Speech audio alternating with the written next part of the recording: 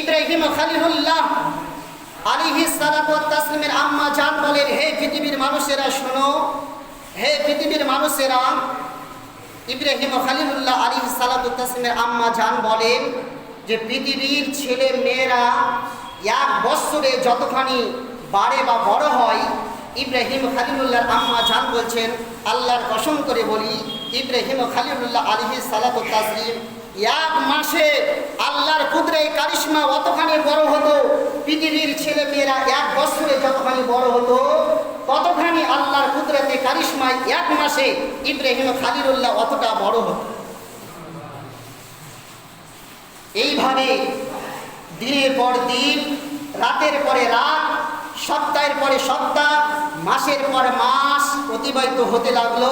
আর ইব্রাহিম খলিলুল্লাহ আলাইহিস সালাতু ওয়াত তাসলিমের আম্মা জান ওই গর্তের মধ্যে বেরিয়ে যায় আর দুগ্ধ পান করিয়ে চলে আসে। কিতাবের মধ্যে পাওয়া যায় ইব্রাহিম খলিলুল্লাহ আলাইহিস সালাতু ওয়াত তাসলিমের বয়স যখন 13 অথবা 17 বছর যখন পদার্পণ করলেন, তো ইব্রাহিম খলিলুল্লাহ আলাইহিস সালাতু ওয়াত তাসলিমের এখনও কিন্তু রয়েছে ওই গর্তের মধ্যে। তো ইব্রাহিম খলিলুল্লাহ আলাইহিস সালাতু ওয়াত তাসলিমের বয়স 13 বা 17 বয়স পদার্পণ, 13 বা 17 বয়স যখন বয়স হলো, ইব্রাহিম খলিলুল্লাহ আলাইহিস সালাতু ওয়াত তাসলিম একবার ওই গুহা বা ওই গর্ত থেকে যেন বেরিয়ে আসলেন। ইব্রাহিম খলিলুল্লাহ যখন ওই গর্ত থেকে বেরিয়ে আসছেন বাইরের দিকে, সেই সময়টা ছিল সন্ধ্যাবেলা, সূর্য অস্ত গেল আর আকাশের মধ্যে তারা ঝলঝল করে বেরিয়ে পড়েছে। এই দৃশ্যখানা ইব্রাহিম খলিলুল্লাহ আলাইহিস সালাতু ওয়াত তাসলিম নিজের নয়ন দ্বারাই দর্শন করতেছেন। একদিন ইব্রাহিম খলিলুল্লাহ আলাইহিস সালাতু ওয়াত তাসলিম সবে মাত্র 13 বা 17 বছর বয়স। ইব্রাহিম খলিলুল্লাহ আলাইহিস সালাতু ওয়াত তাসলিম হঠাৎ করে নিজের আম্মাকে প্রশ্ন করে বসলেন, ওগো আম্মা জান, আমার সৃষ্টিকর্তা বা আমার করনেওয়ালা, আমাকে রক্ষণাবেক্ষণা করনেওয়ালা কে? তো তিনার আম্মা জান ইব্রাহিম খলিলুল্লাহ আলাইহিস সালাতু ওয়াত তাসলিমের প্রশ্নের উত্তরে বলছেন, আমি। ইব্রাহিম খলিলুল্লাহ আলাইহিস সালাতু ওয়াত তাসলিম আবার দ্বিতীয়বার প্রশ্ন করলেন, ওগো আম্মা জান, যদি আমার সৃষ্টিকর্তা বা পাল্লেওয়ালা যদি আপনি হন, তাহলে আম্মা জান আপনি বলুন, আপনার সৃষ্টিকর্তা, আপনার পাল্লেওয়ালা কে? ইব্রাহিম খলিলুল্লাহ যখন দ্বিতীয়বার তিনার আম্মাকে প্রশ্ন করলেন, তিনার আম্মা জান উত্তরে বললেন, আমার পাল্লেওয়ালা হচ্ছে তোমার আব্বা। তৃতীয়বারে ইব্রাহিম খলিলুল্লাহ আলাইহিস সালাতু ওয়াত তাসলিম বললেন, ওগো আম্মা জান বলো, প্রথমবার সওয়াল করেছি, প্রশ্ন করেছি, আপনি উত্তর দিলেন আমার পাল্লেওয়ালা আপনি। আপনাকে পাল্লেওয়ালা যখন সওয়াল করলাম তো আপনি বললেন আমার পিতা। তাহলে আম্মা জান আপনি বলুন, আমার পিতার পাল্লেওয়ালা বা সৃষ্টিকর্তা কে? তো তিনার আম্মা জান যেন নিরুত্তর হয়ে গেলেন, চুপ থাকলেন আর বললেন, বেটা তুমি চুপ করো। ইব্রাহিম খলিলুল্লাহ আলাইহিস সালাতু ওয়াত তাসলিম ওই আকাশের দিকে দৃষ্টি করছেন আর ভাবছেন, মানুষেরা ভুল পথে প্রতারণা হচ্ছে, ভুল পথে পরিচালিত হচ্ছে। ইব্রাহিম খলিলুল্লাহ আলাইহিস সালাতু ওয়াত তাসলিম আকাশের দিকে তাকিয়ে রয়েছেন, দেখছেন ওই তারাগুলো ঝলঝল করে জ্বলছে, আবার কোনো সময় তারা হারিয়ে যাচ্ছে, আবার উদিত হচ্ছে, আবার হারিয়ে যাচ্ছে। ইব্রাহিম খলিলুল্লাহ আলাইহিস সালাতু ওয়াত তাসলিম মনে মনে ভাবলেন, যে উদিত হয় আবার অস্ত যায় সে কোনোদিন প্রতিপালক হতে পারে না, যে অস্ত যায় আবার সে উদিত হয় সে কোনোদিন মানুষের সৃষ্টিকর্তা হতে পারে না। নিশ্চয় এই সমস্ত তারাদের সৃষ্টি করনেওয়ালা বা এই সমস্ত তারাদের অস্ত যাওয়া এবং উদিত হওয়ার নিশ্চয় কেউ প্রতিপালক বা কেউ পালনেওয়ালা রয়েছে।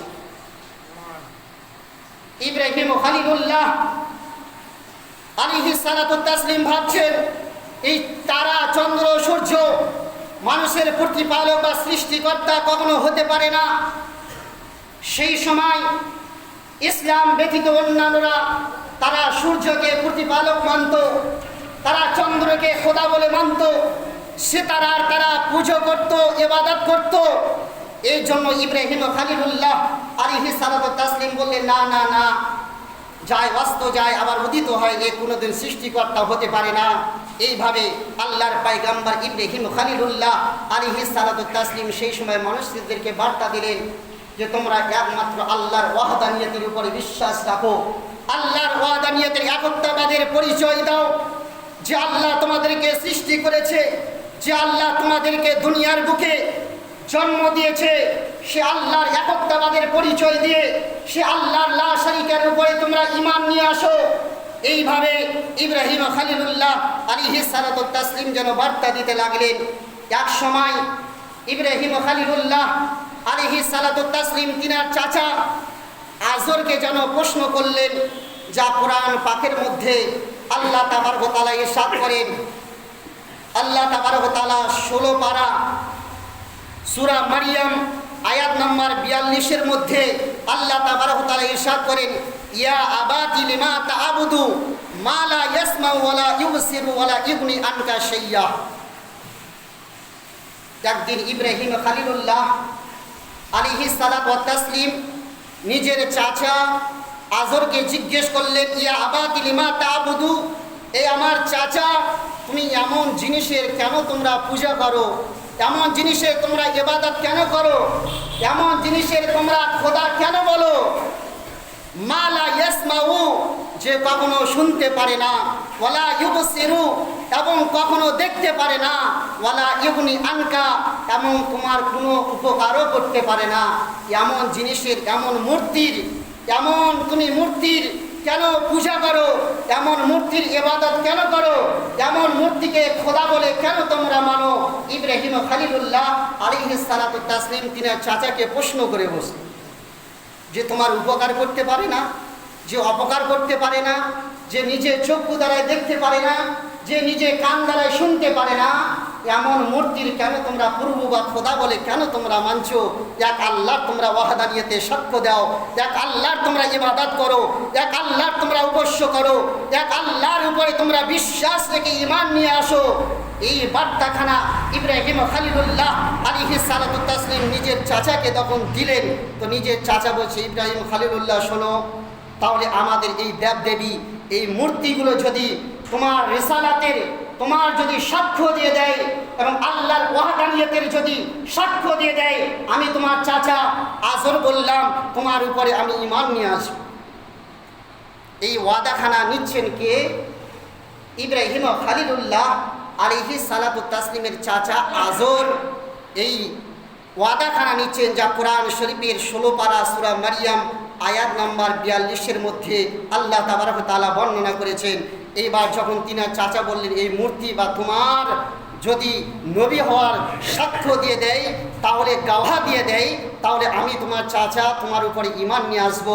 এইবার এই ওয়াদাখানা, এই অঙ্গীকারখানা যখন তিনার চাচা আজর যখন নিলেন, তো আল্লাহর পয়গম্বর, আল্লাহর বন্ধু, যে আল্লাহ তাবারক ওয়া তাআলা বললেন যে আল্লাহ তাবারক ওয়া তাআলা কোরআন পাকের মধ্যে বললেন, ওয়াত্তাখাযাল্লাহু ইব্রাহিমা খলিলা, আমি আল্লাহ আমার বন্ধু ইব্রাহিম খলিলুল্লাহকে নিজের ঘনিষ্ঠ বন্ধু বানিয়েছি। তো আল্লাহ তাবারক ওয়া তাআলার পয়গম্বর ইব্রাহিম খলিলুল্লাহ আলাইহিস সালাতু তাসলিম আল্লাহর কাছে দোয়া করতে লাগলেন। ইব্রাহিম খলিলুল্লাহ আল্লাহর কাছে দোয়া করলেন। দোয়া সমাপ্তির পরে তিনার চাচা তিনাকে সওয়াল করেছিল, যদি এই মূর্তিগুলো যদি সাক্ষ্য দিয়ে দেয়, এই দেবদেবীগুলো যদি তোমার সাক্ষ্য দিয়ে দেয় রিসালাতের, এবং যদি আল্লাহর ওয়াহদানিয়তে সাক্ষ্য দিয়ে দেয়, তো আমি ঈমান নিয়ে আসবো।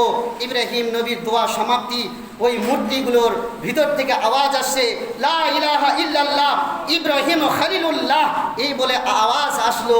এইবার ইব্রাহিম খলিলুল্লাহর এই মুজিজা, এই অদৃশ্য এই অলৌকিক ঘটনাখানা যেন তিনার চাচা দাঁড়িয়ে দাঁড়িয়ে দেখলেন। যখন দেখলেন যে মূর্তিখানা সাক্ষ্য দিয়ে দিল লা ইলাহা ইল্লাল্লাহ ইব্রাহিম খলিলুল্লাহ, আল্লাহ ব্যতীত কেউ উপাস্য নেই, আর এই ইব্রাহিম খলিলুল্লাহ হচ্ছে আমার নবী বা রাসূল।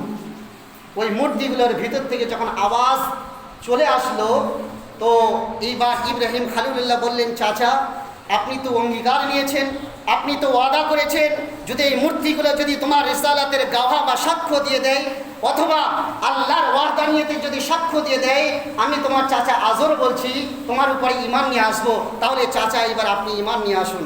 তো সঙ্গে সঙ্গে ঈমান আনার কথা যখন ইব্রাহিম খলিলুল্লাহ আলাইহিস সালাতু তাসলিম যখন বললেন, তো ইব্রাহিম খলিলুল্লাহর কথা শুনে তিনার চাচা আজর বললেন, তুমি একজন জাদুকর।